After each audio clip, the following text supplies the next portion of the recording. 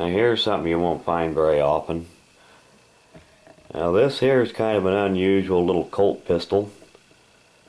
This thing started off as being a 1954 Colt Light Weight Commander in 38 Super.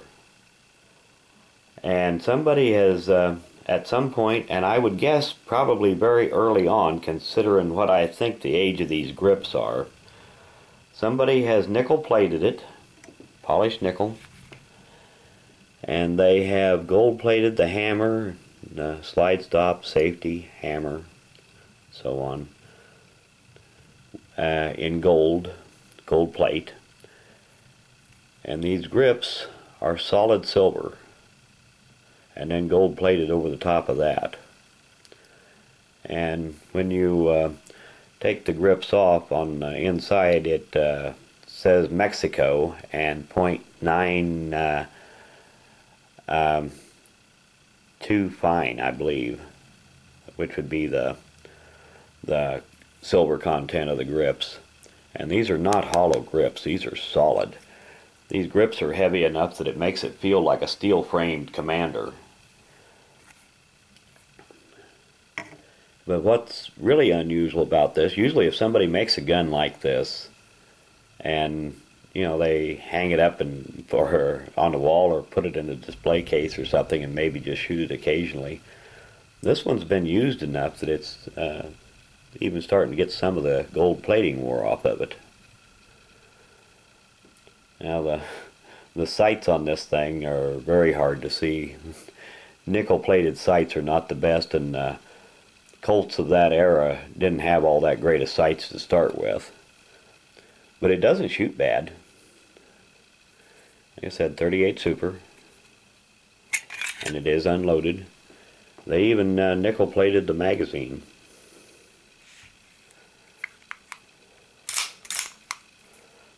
Got your standard 1911 type safety, slide release, magazine release, grip safety. It's got a pretty good trigger on it, but that's pretty common for a 1911.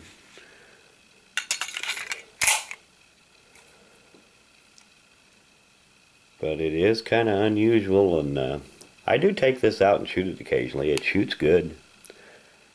And I like the 38 Super cartridge. And another thing that makes me think that this was done pretty early on, as far as the refinish, you don't see much in the way of buffing on these markings here. It looks like they didn't have to buff out any rust or anything like that when they refinished it.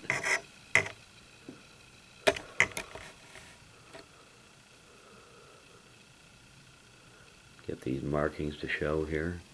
Of course, it's got the LW on the end of the serial number, denoting that it's a lightweight.